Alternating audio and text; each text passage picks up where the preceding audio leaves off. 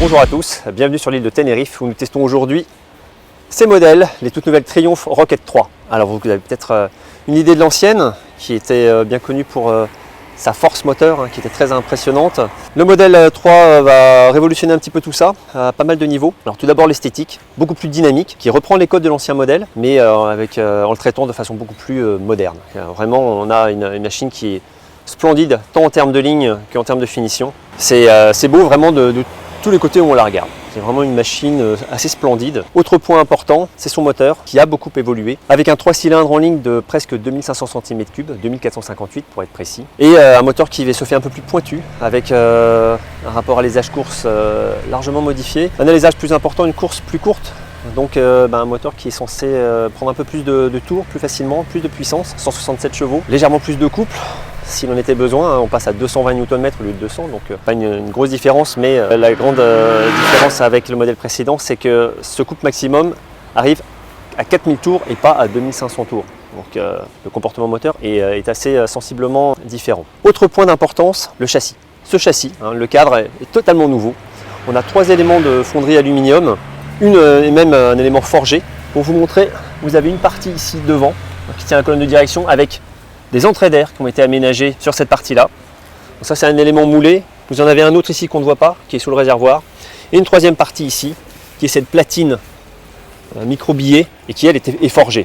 L'ensemble est boulonné et tient le moteur en fait en élément porteur. Donc cet ensemble a rigidifié énormément la machine par rapport à ce qu'elle était. Ce moteur porteur perd énormément de poids, 18 kg à notre Triumph, au travers notamment de son équipage mobile, l'embiellage, au travers de ses carters également. C'est un moteur beaucoup plus compact, plus étroit, moins haut.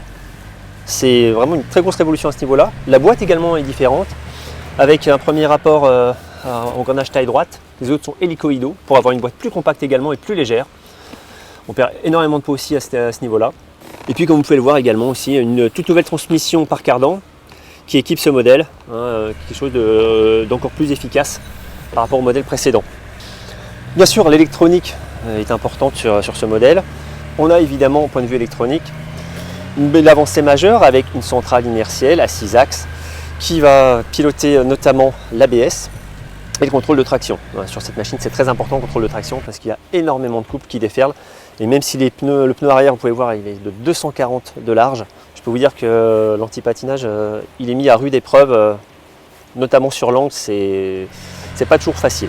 Pour parler de l'ABS, on a également des tout nouveaux étriers Brembo Stylema. C'est vraiment le nec plus ultra à l'heure actuelle. On trouve ces étriers sur les sportives habituellement. Vu le poids et les performances de l'engin, Triumph a jugé bon d'en équiper ces modèles Rocket. Je peux vous dire que évidemment, c'est pas de trop pour être efficace sur cet engin.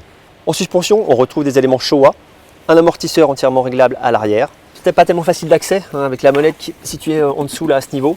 Et une fourche réglable en précharge et en détente sur chaque tube. Donc ça c'est pas mal du tout. Ça fonctionne plutôt bien. Pour vous en donner une meilleure idée, je vous propose de retrouver tout de suite mes premières impressions directement au guidon des deux machines. Alors premières impressions de cette Triumph Rocket 3 R et GT, qui sont quasiment similaires. À part évidemment leur prise en main qui diffère un petit peu avec un guidon plus rapproché du pilote et des repose-pieds en avant sur la GT, donc une position quand même différente. Et je vais vous parler tout de suite du châssis en fait et de la prise en main de cette machine, parce que finalement plus que le moteur, c'est ça que je voudrais mettre en avant. Donc un châssis vraiment très efficace pour une machine de cette taille, avec une longueur importante et un poids important. Ça s'emmène très facilement. Là je suis au guidon de la R, que je trouvais moins évidente après mon passage sur la GT, et finalement une fois qu'on a compris le principe de fonctionnement, on est plus à travailler au guidon sur la GT. Avec la R, on travaille plus avec les repose-pieds. C'est très sensible la facilité qu'on a emmenée de cette machine avec les appuis repose-pieds. C'est une fois qu'on a ressenti ça, en fait, la machine tourne tout aussi bien que sa version plus routière. Donc un cadre très rigide,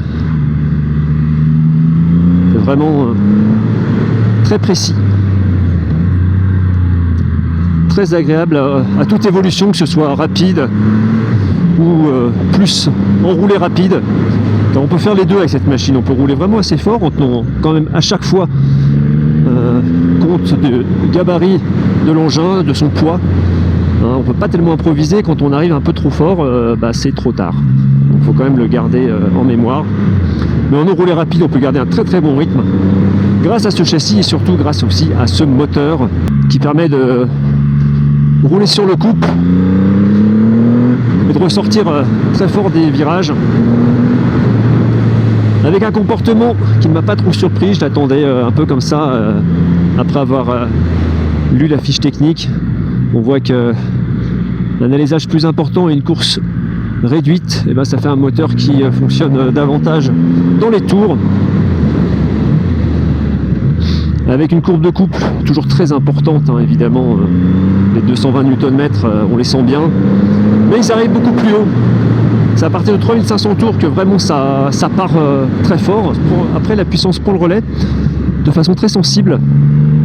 Une mécanique dont la plage d'utilisation est finalement assez large, puisque de 3005 à 6000, voire presque la zone rouge à 7000, on a un moteur qui donne énormément de plaisir. Donc peut-être que les possesseurs du modèle précédent seront un petit peu déconcertés par ce fonctionnement moteur, mais je vous assure que ça rend les évolutions très très plaisantes. Avant ça coupait un peu, passer une certaine plage de régime. Là ça coupe plus jamais. Je peux vous assurer que le moteur il répond présent tout le temps. Alors heureusement d'ailleurs dans ces cas-là, on peut compter sur le freinage qui est très performant. Donc il n'y a pas trop de problème pour arrêter cet engin de presque 320 kg pour la GT, 317 pour la R. Bon, quand on a fait un peu les limites de la sportivité entre guillemets de cette Rocket 3, on apprécie de rouler sur le couple.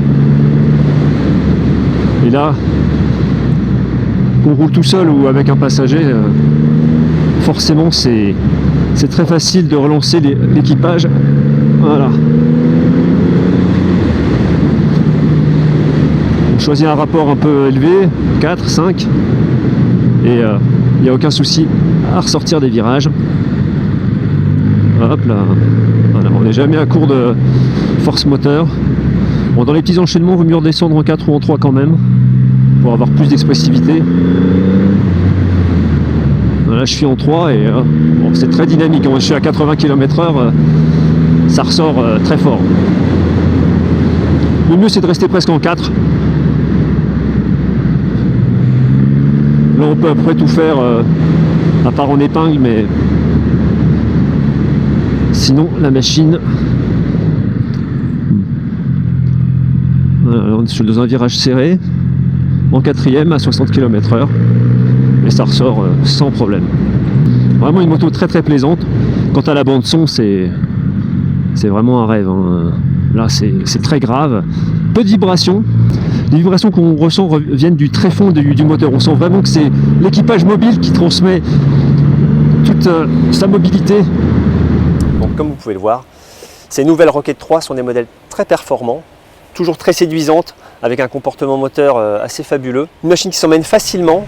Je ne dirais pas qu'elle est agile, mais qu'elle est vraiment facile à emmener. Elle est assez intuitive. Pour autant, on ne va pas se laisser embarquer trop avec ces engins-là, parce que le gabarit fait qu'on n'a pas beaucoup de choix au bout d'un moment, pas beaucoup de trajectoires possibles. On a une garde au sol qui est plutôt correcte pour ce genre d'engin. Il ne faudra pas non plus chercher trop les limites. On peut donc, comme je vous le disais, garder vraiment du rythme au guidon de ces machines. Et puis, ce qui va faire la différence entre ces deux modèles, ça va être notamment l'ergonomie. Comme vous pouvez le voir ici, on a un guidon qui est largement plus rapproché du pilote et des repose-pieds placés en avant. Vous êtes bien calé sur le dosseret, la moto est très confortable aussi à ce niveau. En plus des suspensions, on a vraiment une assise qui vraiment maintient bien le pilote. C'est pas mal pour les accélérations. En revanche, j'aime pas trop cette position-là. C'est vrai que sur le modèle Rocket 3R, ici, vous avez une position plus roadster, plus naturelle selon moi. On est un peu plus sur l'avant, je trouve que ça donne un meilleur ressenti du train avant. On l'emmène facilement aussi en virage.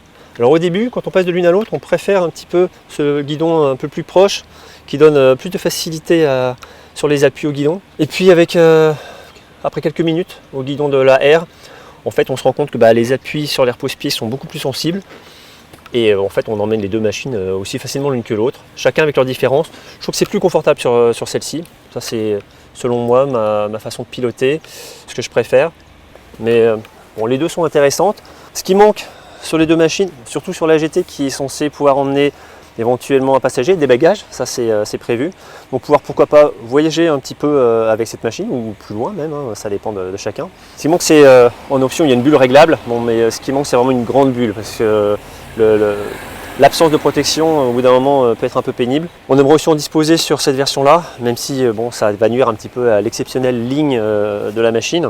Et puis enfin je vais revenir sur la finition de cette Rocket 3, parce que c'est quand même assez exceptionnel. Vous voyez, il y a des éléments de métal brossés, que ce soit de l'alu ou de l'acier, partout où vous regardiez. Il y a des détails qui sont un peu moins heureux, ça c'est du plastique, là c'est du plastique. C'est les deux points vraiment un petit peu dommage là-dessus. Sinon, tout est magnifique, le bouchon de réservoir type Monza, vous en avez un qui est du même type ici pour le radiateur. J'adore aussi toute cette partie ici là, qui est vraiment fabuleuse à regarder. On a une ligne à la fois de dragster d'un côté gauche, et ici ça fait plus aviation, presque. On a presque un moteur d'avion à l'ancien, moteur qu'on pouvait voir il y a pas mal d'années de ça. Les jantes de la GT sont usinées aussi, c'est vraiment magnifique. Les échappements, également en plus des collecteurs qui sont assez splendides. On a deux échappements ici, et le troisième est silencieux et de l'autre côté, juste au-dessus du sol. Ce qui fait que le bruit d'échappement est particulièrement sympathique, hein, ça résonne sur le sol, c'est vraiment génial.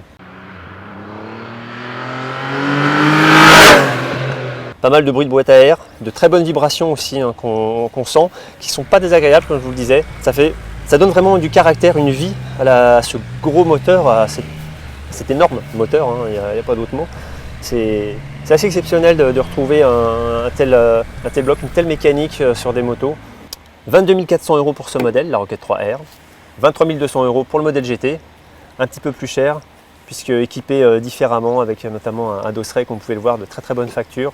Les différents éléments, une selle un peu plus confortable également. Surlignée d'alu, hein, comme vous voyez sur les deux modèles, c'est toujours très beau. Et on a du mal à lister toutes les finitions tellement il y en a. Donc pas mal de différences entre ces deux modèles en ergonomie, en prix. On vous liste tout ça et bien davantage sur l'essai en ligne du repère-des-motards.com. N'oubliez pas de vous abonner à la chaîne YouTube et moi je vous retrouve très bientôt pour un nouvel essai.